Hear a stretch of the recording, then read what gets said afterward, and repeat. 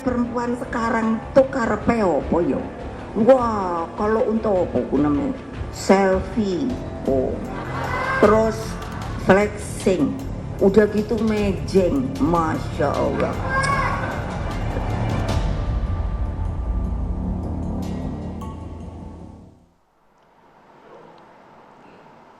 Selamat malam, apa kabar pemirsa? Anda kembali lagi di Perempuan Bicara setiap Jumat malam. Tadi sudah sedikit lihat ya, Ibu Megawati Soekarno Putri kembali kemudian memberikan pernyataan-pernyataan yang pasti menarik bagi sebagian orang, ada yang pro, ada yang kontra karena cukup tajam gitu setiap pernyataan-pernyataannya. Nah, kita akan bahas sebenarnya apa sih dampak atau mungkin asal-muasal juga Ibu Megawati bisa kemudian melakukan kritik atau kita bisa katakan lagi sentil ibu-ibu lagi nih setelah beberapa waktu lalu juga sempat menyentil para ibu-ibu gitu ya yang sibuk dan lain-lain tapi anaknya mungkin kurang gizi atau kurang perhatian dan segala macam. Nah, malam ini kita akan bahas soal lagi Megawati sentil ibu-ibu suka flexing. Waduh, oke, saya akan bahas ini dengan narasumber yang sudah ada di Perempuan Bicara. Yang pertama ada Mbak Fani Caniago, Kepala Divisi Riset Indonesia Indikator. Apa kabar? Selamat malam Mbak Fani. Selamat malam Mbak, kabar Sehat? baik? Sehat? Baik ya? Alhamdulillah. Merasa disentil juga nggak kira-kira? Merasa Nggak ya? disentil nggak flexing? Enggak. Karena nggak flexing. Nggak flexing, enggak. Oke, baik. Kemudian aku mau sapa juga ada Mbak Diska Putri, politisi Partai Demokrat. Selamat malam Mbak Diska. Selamat malam, Sehat? Mbak Balikis. Alhamdulillah. Apakah kamu merasa tersentil juga? Enggak dong. Oh enggak ya? Enggak ya? Oke, baik. Dan tentu ini ada Mbak Devi Rahmawati, pengamat sosial malam hari ini. Mbak Devi, apa kabar? Alhamdulillah, Sehat? super sehat. Ini butuh banyak pengetahuan. Siap. Dan penjelasan dari definisi flexing dan lain-lain dari Mbak Devi ya. Tapi kita harus lihat dulu informasinya seperti apa. Itu dia serangkaian cerita ya dari apa yang mungkin menjadi perhatian dari Ibu Megawati Soekarno Putri juga terhadap kaum perempuan dan ibu-ibu. Dari mulai Februari 2023 kalau nggak salah sudah mulai banyak kan melontarkan banyak kritikan. Mudah-mudahan bisa terima secara konstruksi ya, tapi secara konstruktif begitu ya. Tapi kan kita tidak tahu apa yang ada di benak mungkin para ibu-ibu atau perempuan yang pasti juga jadi peradaban dari bangsa kita. Nah, saya mau dengar dulu dari Mbak Devi. Kenapa? Karena Mbak Devi ini dari Februari loh sampai sekarang banyak sih sebenarnya. Wajar sebenarnya mengeluarkan sebagai tokoh gini kan, tokoh negarawan gitu ya. Sisi perhatiannya sama kaum perempuan tuh tinggi sekali nih Ibu Megawati karena banyak yang diberikan kritik. Tapi apakah itu cukup untuk kemudian membawa sedikit perubahan mungkin perilaku atau mungkin benar nggak sih seperti itu yang terjadi di kita? Saya nggak akan panjang ke belakang, cukup yang tadi terakhir soal flexing sebagai informasi. Persoalan flexing ini adalah persoalan Asia. Karena ada sebuah penelitian yang sangat menarik yang dikeluarkan HSBC bahwa negara-negara Asia memang punya kecenderungan masyarakatnya flexing. Masyarakat Asia yang sudah selesai melewati fase flexing yaitu fase ketiga dari sebuah perkembangan sosial sebuah masyarakat hanya Jepang. Mereka sudah sampai pada tahap yang sangat mature, sangat matang. Sekarang yang lagi luar biasa flexingnya adalah China. Sayangnya Indonesia nggak masuk radar.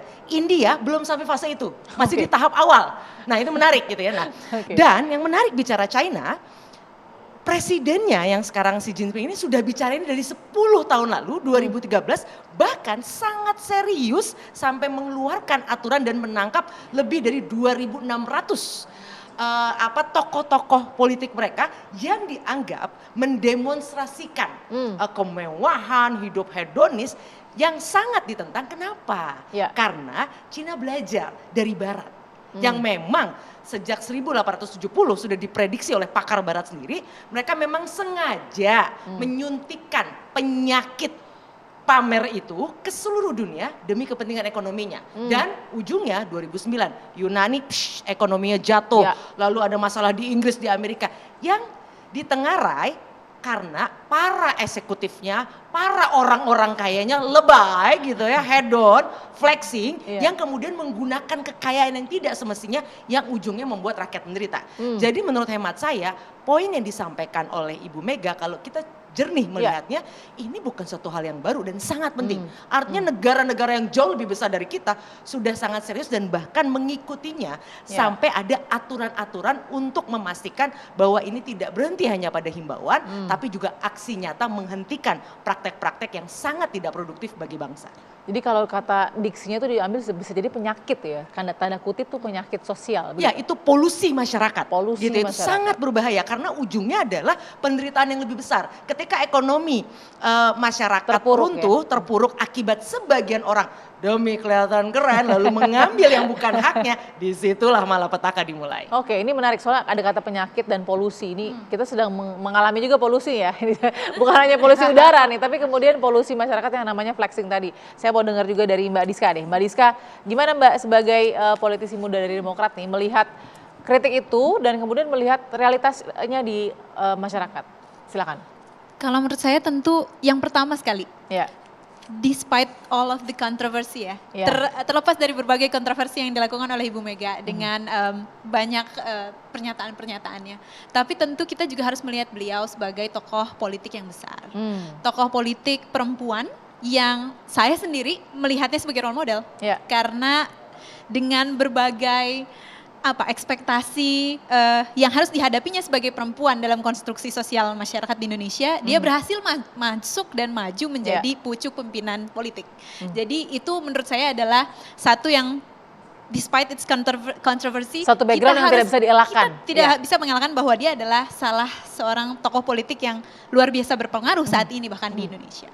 Dan yang kedua mungkin justru Mbak, yang ingin saya highlight adalah justru melihat bahwa bagaimana ketika ada ucapan-ucapan kontroversial yang dibuat oleh politisi-politisi perempuan. Misalnya di saat ini adalah Ibu Mega gitu ya. Kita melihat seolah mengundang lebih banyak public scrutiny dibandingkan dengan kalau misalnya kita melihat banyak juga statement-statement politik politisi-politisi yang mayoritas laki-laki yang juga kontroversial dan juga jauh dari simpati publik, tapi kemudian tidak sebanyak ini mengundang viralitas dan amplifikasinya begitu ya di kalangan masyarakat.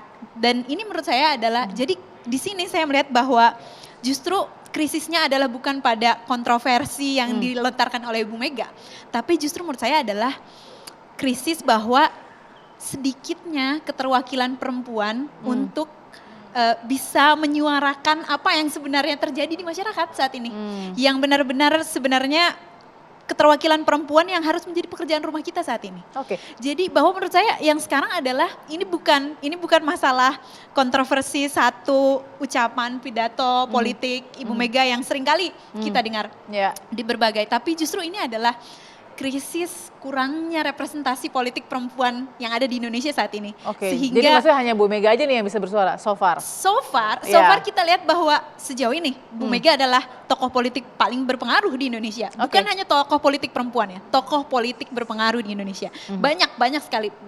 Dari banyak partai politik sekarang Bu Mega adalah ketua umum partai politik terbesar di Indonesia. Jadi kalau kita tarik lagi balik ke topik Diska, bagi Diska apa yang dikatakan Ibu Mega adalah bukan krisis sesungguhnya. Di balik pernyataan itu sebenarnya pernyataan-pernyataan itu bukan krisis sesungguhnya. Tadi kan Mbak Devi bilang ini polusi nih di masyarakat. Bahkan kalau saya tadi ngambil katanya penyakit kan flexing itu. Tapi kalau Diska malah justru konsentrasinya bukan itu krisis yang harusnya disampaikan atau diharapkan keluar dari seorang negarawan atau mungkin tokoh besar yang sangat berpengaruh saat ini. Tapi tadi kurangnya keterwakilan perempuan. Betul, karena menurut saya ini adalah dua hal yang menurut saya berbeda. Ada yang di surface, ada yang sebenarnya ada yang di underlying yang harusnya kita sekarang angkat dan pikirkan begitu. Jadi saya melihat bahwa ada beberapa misalnya pernyataan-pernyataan kontroversial seperti yang kita dengarkan tadi. Yang terakhir adalah tentang flexing. Mungkin saja sebenarnya ini adalah seperti yang Mbak Fani bilang bahwa Mbak Devi bilang bahwa kalau kita melihatnya jernih, ini adalah sebenarnya adalah teguran seorang senior citizen lah ya, seorang perempuan, tokoh senior perempuan tentang apa yang ada di masyarakat saat ini.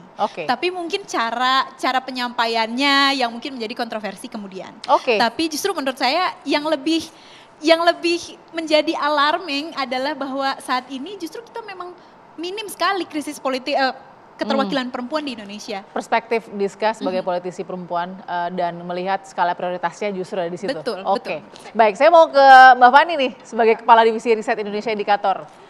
Meriset ini bagaimana sih sebenarnya Mbak Diska? Nah. Saya Mbak Fani, sorry silakan. Iya, kalau kita melihat dari riset sebenarnya yang tadi disampaikan sama Mbak Devi, Iya. sama Mbak Rizka itu kita temukan sebenarnya Iya. di riset Mbak Basis. Karena esensinya itu menjadi hilang kalau Oke. ketika sudah disampaikan dan terlontar dan itu dikomentari oleh netizen.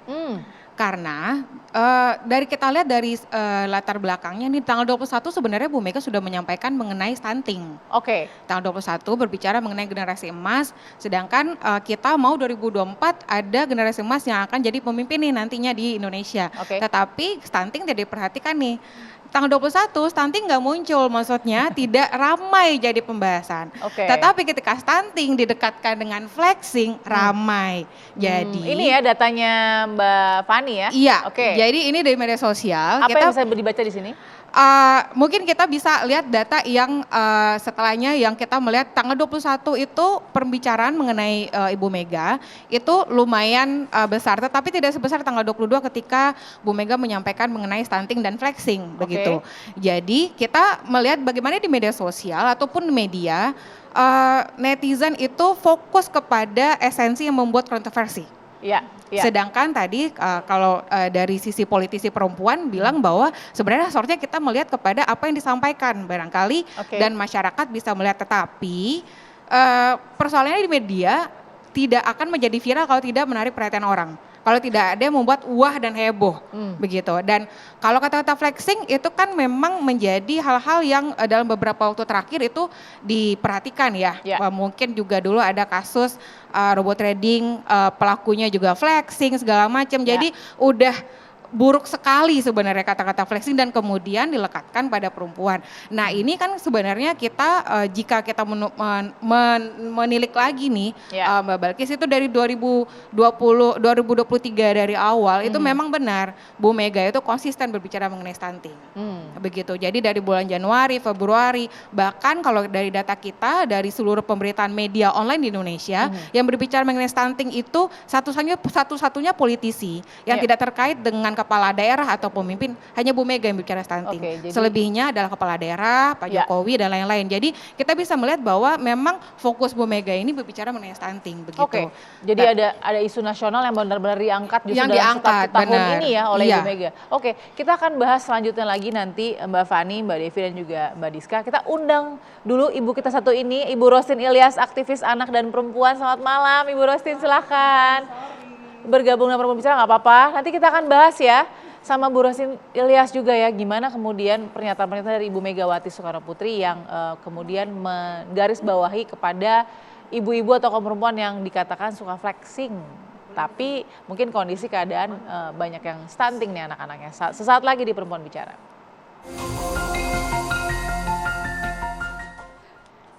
Kembali di Perempuan Bicara, saya tadi sudah menyambut ada Bu Rosin yang bergabung di akhir segmen 1. Saya belum tanya nih ke Bu Rosin. Bu Rosin, kita sudah dengar tadi di awal, Ibu Megawati kan kembali mengeluarkan statement. Statement yang menggigit para kaum perempuan dan ibu-ibu dan mengatakan, tolonglah jangan sibuk selfie, jangan sibuk flexing. Tuh lihat tuh anak-anak masih stunting dan lain-lain. Dan sering sekali mengungkapkan banyak sekali kritik-kritik kepada kaum perempuan agar lebih maju, agar ya tergantung bagaimana orang menerimanya. Gimana Bu Rosin melihat kritik-kritik ini? Gimana ya? Hubungannya stunting sama selfie sama flexi Flexing. itu apa gitu loh. Stunting itu dikarenakan dia tuh kurang gizi Oke. ya, prematur. Dan karena beberapa karenanya ini dikategorikan orang miskin. Iya. Orang miskin Iya. gitu loh, ya kan? Orang miskin perasaan nggak pernah selfie deh, ya. Dan itu jauh dari perkiraan. Maksudnya nggak berkorelasi gitu? Nggak berkorelasi sama sekali. Jadi boleh sih, saya juga kesel sama yang over selfie, over flexing. Enak juga sih, tapi Iya. gandengannya nggak ke situ gitu loh. Kita boleh apa namanya? Menganalogikan, tapi yang pas gitu loh ya. Oke. Karena kalau aku stunting tuh karena kurang gizi. Kurang gizinya kenapa? Nah ini dia. Lo tahu nggak petani-petani itu sampai capek dia tuh bersawah, import juga berasnya kan. Kan gitu. Kenapa kok didiemin? Nah, mereka lah yang kurang gizi. Pabrik tekstil. Tekstil impor, padahal tekstilnya kita punya. Nah, mereka juga nggak dapat apa-apa. Gitu loh. Ini semuanya pekerjaan siluman tanpa prosedur. Oke. Dan itu dibiarkan. Kenapa Bu Mega nggak marah sama mereka-mereka ya gitu loh. Hei, jangan import beras kan gitu mestinya. Kasihan tuh petani-petani. Biarkan mereka itu hidup makmur. Jadi anaknya ndak stunting kan gitu.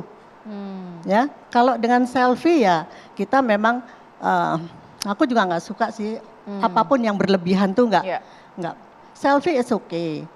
Apa salahnya gitu Tapi kan? bukan akar masalah dari Tapi stunting. akar masalahnya bukan ke stunting gitu loh. Oke. Gitu. Jadi Bu Mega, saya juga sama kok dengan Bu Mega, enggak suka terlalu over selfie dengan apa itu satunya tadi flexing itu. Iya. Memang nggak bagus gitu. Cuman kalau mau mengoreksi bukan ke situ. Kalau kita mau bicara stunting itu adalah karena itu tadi. 1, prematur. 2, kurang gizi. 3, kurang mengerti caranya bagaimana kita itu memberi ASI. Dan keempat juga makanan tambahan dari ASI itu sendiri juga nggak mencukupi. Itu semuanya karena kemiskinan gitu loh. Di mana-mana juga posyandu ada. Tapi yang mau dikasih ada apa enggak kan gitu, kita nggak tahu kan. Ya, tapi kan Gitu yang loh. Bu Rosin ya kalau misalkan mau ada counternya kan mungkin bisa dipikir kan sudah ada bagian-bagian lembaga-lembaga entitas-entitas yang punya tupoksinya juga untuk mengedukasi soal stunting, bukan Bu Mega juga misalnya. Gitu. Nggak apa-apa, Bu Mega mungkin beliau sudah seperti ibu negara lah gitu atau ibu bangsa lah apa sehingga bisa ngomong apa aja, cuman jangan salah jalan gitu loh. Nanti orang juga pada bingung, oh jangan selfie, nanti anakmu stunting loh kan gitu. Repot kan gitu loh. Nggak ada kaitannya. Jadi marilah kita perjelas bahwa stunting itu karena ini. Jadi karena kemiskinan mestinya. Nah orang-orang yang import beras, pernah loh Pak Jokowi itu pergi ke satu pabrik peralon Ya. yang dengan modelnya segala macam itu ada. Tapi apa di luar? Mereka tetap aja import peralon dengan tidak prosedural. Terjadi pembiaran juga. Masa semuanya mesti Pak Jokowi yang turun tangan? Kan ada bagiannya masing-masing. Nah itu yang mestinya nggak diperbolehkan. Karena Dan yang itu, disuarakan maksudnya ya? Iya. Nah kenapa kok? Ya hal-hal yang seperti itulah gitu loh. Itulah penyebab-penyebab dari petani menjadi tetap miskin. Kemudian orang-orang yang buruh-buruh juga tetap miskin kan begitu. Oke. Oke, sebelum saya masuk ke pernyataan kedua Bu Mega, just penasaran juga, saya mau dengar juga. Artinya, boleh ya Mbak Devi dan Diska saya mau tanya, artinya sebuah narasi itu sebegitu pentingnya. Kalau tadi kan Bu Rosin bilang, saya khawatir nih kalau bukan hulu ke hilir misalkan, masalahnya di mana, kemudian apa yang ditegur apa gitu. Jadi gimana Mbak Devi, sebuah narasi penting? Bicara soal stunting, penelitian teman-teman dari kesehatan masyarakat bahkan dari 2019 clear bahkan 30% dari anak orang kaya itu stunting.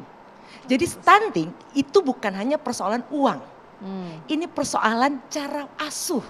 Kenapa? 1, persoalan patriarki. Ketika ada makanan di rumah, itu yang diutamakan adalah ayahnya. Yang enak-enak semua laki-laki, anak belakangan. 1. Yang kedua, tadi pengaruh modernitas. Bahwa makanan yang benar adalah makanan kemasan. Makanya lihat di daerah-daerah yang sebenarnya seharusnya secara kasat mata saja tidak mungkin kekurangan gizi, protein semua lengkap, perikanan, hasil tangkapannya semua dijual, mereka lebih memilih memakan mie instan.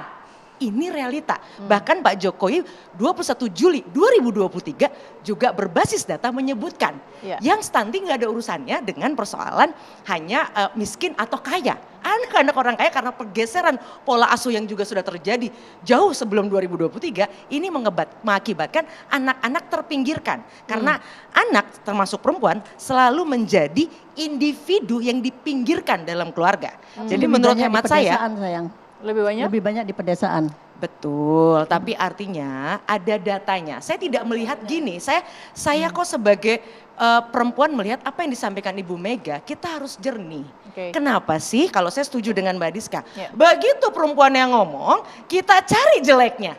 Kenapa nggak kita kemudian sama-sama berjuang? Oke, Ibu kita setuju, stunting masalah, flexing clear juga masalah. Ayo, apa yang kita sebagai perempuan, sebagai sesama perempuan, apa yang bisa kita kerjakan? Oke. Kalau menurut saya ya, Ya. nah ini ada bias di sini dalam konteks komunikasi. Oke. Yang artinya ada selalu upaya peminggiran.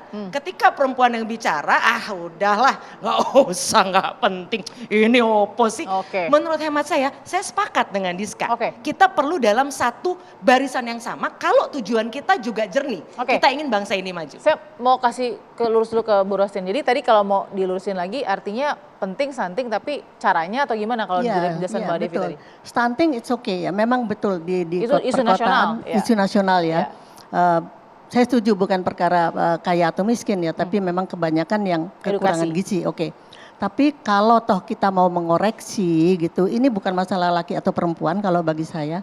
Dulu pun yang mengingatkan juga bukan Bu Mega bahwa jangan sering ini apa namanya ibu-ibu jangan sering kumpul-kumpul ngomong-ngomongin itu anak-anaknya diurusin, itu juga bukan dari Bu Mega. Ada dari BKKBN juga, ada dari mana-mana ada lah gitu loh. Oke. Bapak-bapak juga ada ngomong seperti itu. Tapi masalahnya itu tadi, kalau sebagai ibu yang kita sudah anggap negarawan beliau ya tentunya kita akan berpikir memang seperti yang dikatakan tadi bahwa kita harus jeli, harus ini, tapi ya namanya masyarakat itu kan heterogen. Ya. Nah, suara beliau ini kan penetrasinya kemana-mana. Kalau yang di sini ya pastilah semuanya kayak Devi, semuanya kayak ini. Diska, Mbak Fani. Tapi sekarang ini yang menonton di sono itu yang masih belum ngerti ini apa ya maksudnya, kan begitu. Jadi hal-hal yang seperti ini kalau saya sih apakah itu Bu Mega ataupun bukan, tapi kalau kita membicarakan sesuatu tuh cobalah kita memakai bahasa rakyat yang paling gampang dimengerti oleh rakyat itu sendiri. Pakailah Oke. bahasa rakyat. Oke. Kalau misalnya Ibu Mega memang gayanya seperti itu ya biarlah Ibu Mega. Tapi pasti harus ada yang menerjemahkan ke bawah. Perpanjangan Gitu loh. narasi itu sampai ke bawah ada, harus jelas. iyalah gitu loh. Oke, Diska mau tambahin, silakan. Mungkin ini juga sebenarnya apa yang dikatakan oleh Mbak Mbak Devi Devi tadi ya. tadi dan Ibu tadi juga bilang, ini kembali lagi bahwa permasalahannya adalah karena satu-satunya sumber edukasi masyarakat adalah melalui media mainstream. Juga sekarang melalui media sosial. Yang seringkali kita melihat jarang sekali ada tokoh atau figur politik perempuan yang bisa melakukan edukasi yang baik. Dan juga yang melakukan komunikasi yang lebih simpatik kepada publik. Dan itu sebenarnya adalah, itu yang saya bilang tadi, bahwa sebenarnya krisis yang lebih besar dari sekedar kontroversi yang disampaikan Ibu Mega yang sebetulnya kalau kita lihat secara jernih juga ada benarnya begitu. Tapi sebenarnya krisis yang paling alarming adalah karena kita ini minim sekali representasi perempuan yang benar-benar bisa menyampaikan keluhan masyarakat, yang benar-benar merasakan apa yang dirasakan oleh ibu-ibu di akar rumput. Jadi sebenarnya menurut saya ya betul. Saya juga setuju dengan Ibu bahwa sebagai tokoh senior, tentu kita adalah sedikit harapan dengan ekspektasi narasi komunikasi yang lebih simpatik terhadap publik misalnya seperti itu. Tapi tentu ini juga tidak bisa disalahkan pada satu pihak, tapi juga harus kita lihat bahwa ya memang kita harus butuh lebih banyak lagi membuka ruang publik untuk perempuan-perempuan, bukan hanya politisi tapi banyak orang. Dan cuman sekarang mungkin yang lebih banyak di berita adalah politisi misalnya begitu. Jadi ya tahun politik sehingga ya perlu lebih banyak lagi gitu. Jadi harapannya bukan hanya narasi komunikasi ya Mbak, tapi juga untuk kebijakan-kebijakan yang harusnya diimplementasikan dan dibuat yang berpihak pada perempuan sebenarnya itu. Mbak, terima kasih Diska. Disitulah ada perempuan bicara ya. Justru di sini keterwakilan perempuan diharapkan bisa kemudian memberikan warna dari edukasi itu. Sesaat lagi kita akan bahas pernyataan Ibu Megawati yang mana lagi yang kemudian kita harus cerna dengan baik dan jernih supaya outputnya baik. Sesaat lagi.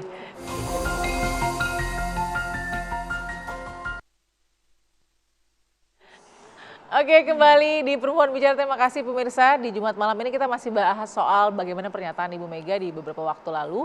Yang kali ini masih dalam satu kesempatan yang sama.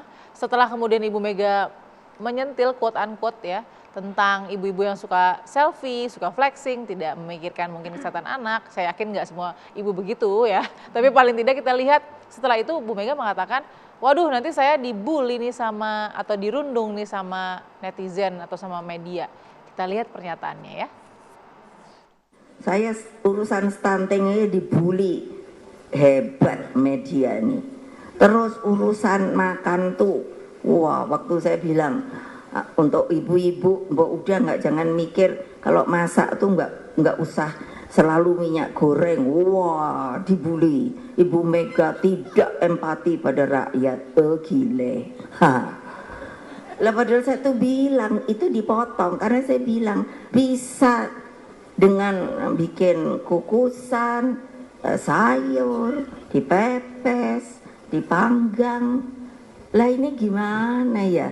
Kalau terus menerus begini saya khawatir loh. Ya, selain memberikan banyak wejangan dan masukan, tapi juga Bu Mega juga sangat aware dengan bagaimana media melakukan atau memberikan respon atau reaksi. Memang seperti apa sih datanya mungkin kepada Mbak Fani paling tidak ya yang dilihat ya tentang perundungan yang terjadi gitu.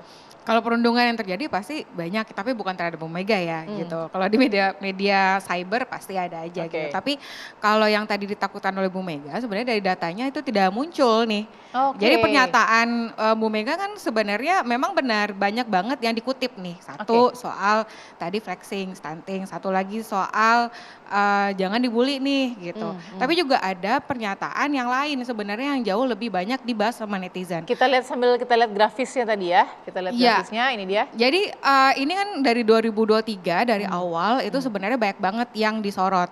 Sebenarnya dalam pernyataan Bu Mega ini kan munculnya di event-event yang memang resmi ya, atau ada yang dari ulang tahun partai misalnya terhadap Pak Jokowi, itu yang paling banyak sebenarnya. Nah ini kita tidak bisa lepaskan situasi ini dari konteks 2023 ini Mbak Balkis, karena ini tahun politik lagi panas. Jadi apapun yang disampaikan oleh tokoh utama dari partai politik itu pasti akan menjadi pembahasan. Apalagi ini juga dianggap sebagai partai yang besar ya di Republik ini.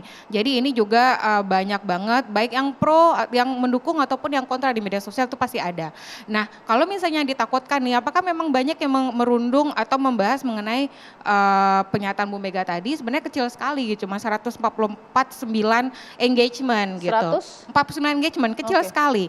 Tapi apa nih yang terjadi? Bahwa ada fokus netizen yang lain tentang wacana yang dilontarkan, ya udah bubarannya KPK karena kan bubarkan KPK karena udah nggak ada gunanya nih, masih ada koruptor. Nah ini karena memang itu yang banyak dikutip oleh netizen atau dibahas oleh netizen. Jadi kita tidak bisa lepaskan juga Bu Mega sebagai figur utama dari partai politik yang jika komentar atau pernyataannya terkait dengan ketatanegaraan itu pasti juga akan menjadi pembahasan masyarakat gitu. Apalagi KPK kan juga sebagai salah satu institusi yang cukup respectable ya di Republik ini gitu. Jadi ini cukup dibahas. Nah, tapi kembali lagi nih di media sosial ataupun media itu breaking news itu hampir setiap hari Mbak Balkis.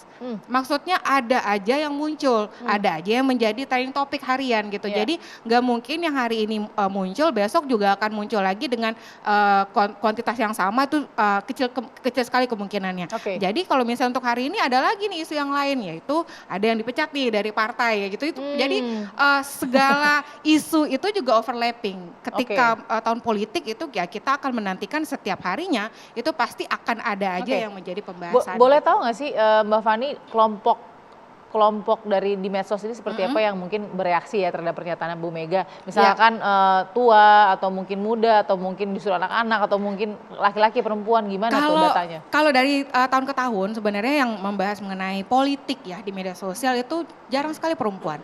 Tidak lebih dari 25% sebenarnya netizen perempuan yang berbicara di media sosial terkait dengan politik.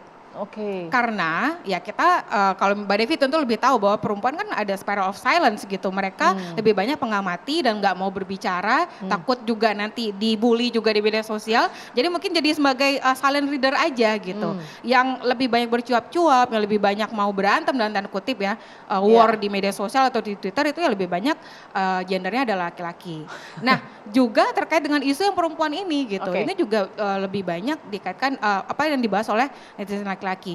Nah kalau misalnya usianya itu yang menarik perhatian adalah yang membahas Bu Mega ini tentu orang yang tentu relevan dan tahu sepak terjang beliau. Gitu. Oh, oke. Jadi kalau anak muda Gen Z itu jarang banget.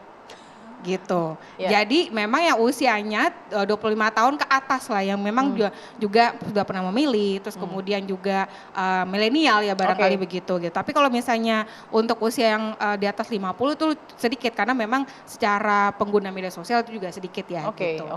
Jadi kalau misalnya kita melihat apakah ini beresonansi nih pada masyarakat yang di bawah gitu. Pernyataan-pernyataan yang kontroversial iya pasti. Tetapi juga ada pernyataan-pernyataan yang terkait dengan politik itu perlu kita waspadai juga bahwa banyak sekali yang dikutip dan itu clickbait sebenarnya. Gitu. Mbak Devi melihat tadi ya kan tadi ibu sendiri loh yang bilang, Bu Mega sendiri yang bilang bahwa nanti saya dibully. Berarti ada reaksi yang terkena dari tadi kan 140 berapa engagement tadi? Hanya 149. 149 engagement. Penting nggak sih sebenarnya aksi reaksi itu paling tidak dari apa yang di luaran Bu Mega terus kemudian kita berinteraksi dengan caranya masing-masing begitu di media sosial dan itu hasilnya. Ya, perlu nggak itu dinyatakan misalnya? Gini, menarik soal bully-bulian. Negara kita kan 2021 dinobatkan sebagai masyarakat paling kasar se-Asia Tenggara. Dalam konteks itu saya sepakat. Saya selalu melihat Ibu Mega ini ketika berbicara kadang-kadang tidak selalu menggunakan dua cara. Ada yang betul-betul beliau berusaha membumikan kalimatnya sesederhana sekali, tapi ada juga yang sifatnya tersirat.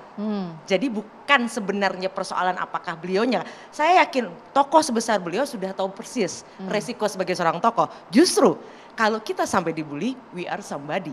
Kalau saya ngomong orang gak akan bully karena I'm no one gitu ya. Nah artinya tapi ini jadi satu masalah besar juga. Bahwa memang masyarakat kita wataknya sayangnya berubah betul. Begitu offline, wah sangat ramah. Begitu di dunia digital sangat marah. Ini kan satu personality, kepribadian yang berbeda gitu ya, yang juga menjadi tidak sehat gitu ya, dan apa namanya, tapi menarik kalau bicara, tapi beliau pasti yang lebih paham. Artinya kalau bicara salurannya, di mana sih masyarakat kita yang paling sering ngomel gitu ya? Biasanya sih emang itu yang namanya Twitter gitu ya, atau yang sekarang sudah berubah nama gitu kan. Nah, tapi sebagian besar masyarakat kita hari ini itu lebih senang hidup di universe yang namanya TikTok, IG gitu ya. Yang isinya justru lebih banyak menghibur gitu. Karena memang masyarakat kita ini adalah masyarakat yang sangat fleksibel. Di tengah segala kesulitan pasti menemukan cara untuk menghibur dirinya. Fleksibel gitu ya, bukan fleksibel ya. Bukan fleksibel ya. Jadi artinya memang kita perlu, kalau saya selalu melihat apa yang disampaikan oleh beliau itu penuh makna, tapi beliau memang sengaja tidak menyebutkan datanya karena takutnya nanti malah membingungkan publik, tapi kata bully ini satu hal yang menurut saya sentral sekali. Karena ini yang kemudian dalam konteks diplomasi saja orang sudah takut dengan bahkan perusahaan-perusahaan global itu sampai menutup akun komentarnya dibully habis-habisan oleh masyarakat kita. Tokoh-tokoh politik seperti Bu Mega justru jauh lebih strong gitu ya menghadapi warga negara kita sendiri gitu. Jadi ini satu hal yang penting lah untuk dibicarakan. Pertanyaan ini yang baca buliannya ini adminnya atau ibunya nih? Ini pertanyaan saya. Ini juga bisa menjadi filter sebenarnya supaya Bu Mega lebih konsentrasi kepada apa yang mau disampaikan. Oke, saya mau ke Diska. Jadi dari situ, dari data tadi Mbak Fani, tepat sasaran nggak sih apa yang dikatakan Bu Mega tadi? Tepat sasaran nggak dengan data tadi kan ternyata nggak banyak Gen Z, banyaknya milenial ke atas. Tepat sasaran nggak sih sebenarnya apa yang dikatakan Bu Mega? Sebenarnya ini bukan masalah tepat sasaran atau tidak gitu ya. Tapi ini juga memperlihatkan bahwa kalau melihat data dari data yang tadi, bahwa sebenarnya banyak juga yang mengamini Bu Mega ternyata mungkin misalnya gitu ya. Karena sedikit juga yang bereaksi tentang itu. Justru yang bereaksi lebih banyak seperti yang dilihat tadi adalah pernyataan lain gitu. Tapi justru yang menarik Mbak, yang tadi saya sempat dengar adalah sebut di awal adalah bahwa Bu Mega takut dibully gitu ya. Sebenarnya ini adalah saya setuju dengan yang dikatakan oleh Mbak Fani dan Mbak Devi bahwa ini sebenarnya apa yang terjadi oleh bukan hanya Bu Mega, bahkan Bu Mega, tokoh sebesar Bu Mega. Tokoh seorang negarawan, kepikiran politisi gitu ya, tapi takut dibully. Dan itu sebenarnya adalah hampir semua ketakutan oleh politisi perempuan misalnya gitu. Atau misalnya banyak sekali tokoh-tokoh perempuan atau perempuan-perempuan yang ingin mengutarakan pendapat, ingin speak up, tapi Ya. akhirnya juga kita lihat sendiri, bahkan contohnya adalah Bu Mega gitu. Bu Mega, Oke. tokoh sebesar itu aja masih takut dibully karena itu yang terjadi di masyarakat kita saat ini. Bahwa ketika perempuan yang bicara, biasanya lebih banyak, mohon maaf, tapi lebih banyak mengundang public scrutiny dibandingkan misalnya politisi-politisi laki-laki yang sebenarnya juga mengatakan hal-hal yang kontroversial, tapi kemudian seolah-olah lebih bisa diterima masyarakat dibandingkan. Seakan-akan tidak boleh punya celah gitu kalau Yes, perempuan ya. seakan-akan perempuan yang Wah, speak up menarik. ini tidak boleh punya celah, itu yang. Sebagai aktivis anak dan perempuan, Ibu Rostin terhormat tercinta ini, gimana kira-kira Bu jadi kita? Tapi sesaat lagi ya Bu, kita jeda dulu ya, jangan marah ya. Sesaat lagi tetap di Perempuan Bicara. Baik. Oke, kita sampai di bagian akhir Perempuan Bicara. Saya langsung ingin mau ke Bu Rostin. Bu Rostin, jadi bagaimana sebagai negarawan, sebagai aktivis perempuan, dan juga sebagai tokoh atau negarawan Ibu Mega pada khususnya ya, kira-kira ekspektasi apa sih yang harus di-manage gitu paling tidak oleh masyarakat? Ekspektasi apa yang harus di-manage? Sebetulnya gini ya, siapa sih yang nggak tahu Bu Mega? Ya. Kalau mau tahu bagaimana kekuatan seorang Megawati itu zamannya Pak Harto kan gitu. Diinjek-injek kayak gitu, difitnah, di segala macam dia kuat banget gitu loh. Ya. Itu harus kita akui. Jadi beliau itu adalah orang yang memang betul-betul matang. Udah memang ngerti bahasa bangsanya itu beliau tahu sebetulnya. Nah cuman kapan beliau memakai bahasa ini, kapan itu terserah beliau kan gitu. Jadi harusnya ada yang mendampingi, yang menjelaskan arti yang sebenarnya. Itu harusnya ada gitu loh. Jadi jangan dibiarkan apa. Masyarakat kan bertransformasi. Apakah menurut Bu Rostin juga senior-senior, tokoh negarawan juga ikut harus bertransformasi dengan bahasa-bahasa masyarakat sekarang? Ya harus dong. Kan ini kita mau bicara untuk siapa? Ya kan? Kita kan bicara untuk bangsa. Bangsa ini mulai dari nol sampai seterusnya. Dan itu harus kita ikutin. Jadi nantinya siapapun yang akan menggantikan Ibu Mega, ya belajarlah kepada Ibu Mega. Jujur deh, beliau memang kelihatannya ya kayak begitu ya, kayak enggak iya gitu ya. Yang tapi itu kuat sekali. Oke. Buktinya beliau dibully kan? Ya. Coba Tapi kalau itu nggak tadi penting. butuh ada yang memberi masukan kalau menurut Bu Rostin. Ya harus ada yang memberikan, harus ada yang ada di dampingnya Bu Mega itu dalam tanda petik yang akan menjelaskan dalam bahasa sekarang kalau mau gitu loh, atau dalam bahasa remaja gitu loh, atau dalam bahasa apa generasi Z gitu ya. Jadi seperti itu harus ada. Oke. Dan itu enggak perlu harus serius-serius banget ya sambil bercanda sambil ini aja gitu loh. Sampaikan aja karena memang kalau aku tetap respect ya kepada Ibu Megawati ya bagaimanapun juga beliau itu pejuang, nggak bisa enggak. Oke. Belum tentu loh orang laki-laki bisa kuat kayak dia. Oke. Gila. Sementara kepada ibu-ibu yang disentil quote unquote tadi soal flexing dan kemudian Nah itu sih beda lagi ya. Itu mengingatkan kepada anak-anak beliau sebetulnya gitu kan.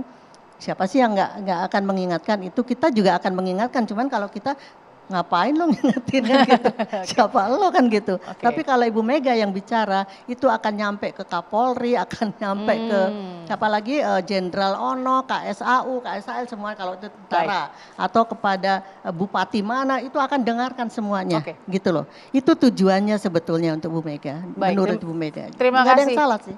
Terima kasih Bu Rostin. Nah kita punya 1 menit nih, saya kasih dulu ke Diska. Kira-kira apa yang bisa dipelajari dari momen-momen yang kita lihat dari pernyataan Bu Mega?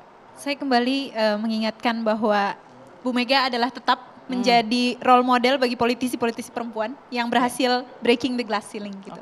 Dan sebetulnya yang harus menjadi perhatian kita saat ini adalah ayo lebih banyak lagi politisi-politisi perempuan dan perempuan-perempuan lain yang berani untuk speak up. Kenapa Diska merasa sendirian? Bukan hanya merasa sendirian, tapi saya merasa bahwa Bu Mega adalah role model yang harusnya kita itu udah ada. Perempuan tuh sudah dibuka jalannya di Indonesia. Pertanyaannya kenapa jadi sedikit politisi perempuan menurut Diska? Nah itu sebenarnya yang harus ditanyakan kepada publik saat ini. Seharusnya lebih banyak lagi ibu-ibu, lebih banyak lagi yang selama ini merasakan bagaimana sulitnya kehidupan perempuan di Indonesia ini yang harusnya lebih speak up, yang harusnya berada di ruang-ruang kebijakan, sehingga apapun yang nanti muncul dalam langkah-langkah pemerintah dalam berbagai hal, termasuk di partai politik misalnya, itu selalu berpihak pada perempuan. Baik, terima kasih Diska. Saya kasih ke Mbak Fani, silakan. Closing statement-nya. Iya, ini kan kita melihatnya kalau dari sisi media, kita melihat behavior masyarakat sebenarnya Mbak Balkis. Karena masyarakat kita ini time spend-nya di media sosial tidak bisa melihat tayangan yang sekarang tuh lebih dari 1 menit atau 3 menit. Betul.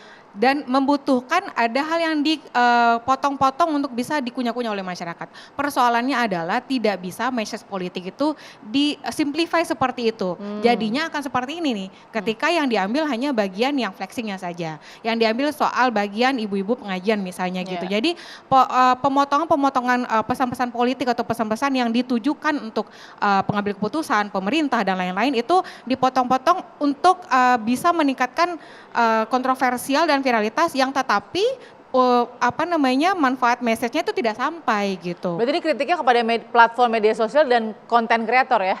Siapapun media juga begitu, media sosial juga begitu. Karena memang sekarang kan orang lagi berlomba-lomba untuk mendapatkan kliknya, untuk mendapatkan viralitasnya begitu. Jadi ini adalah semua tantangan media memang mainstream, media sosial, bahkan konten kreator itu tantangan harus di dunia politik sekarang ini, di tahun politik. Terima begitu. kasih Mbak Fani. Mbak Devi silakan. Saya pantun aja lah. Oke. Ke pasar akhir pekan. Cakep.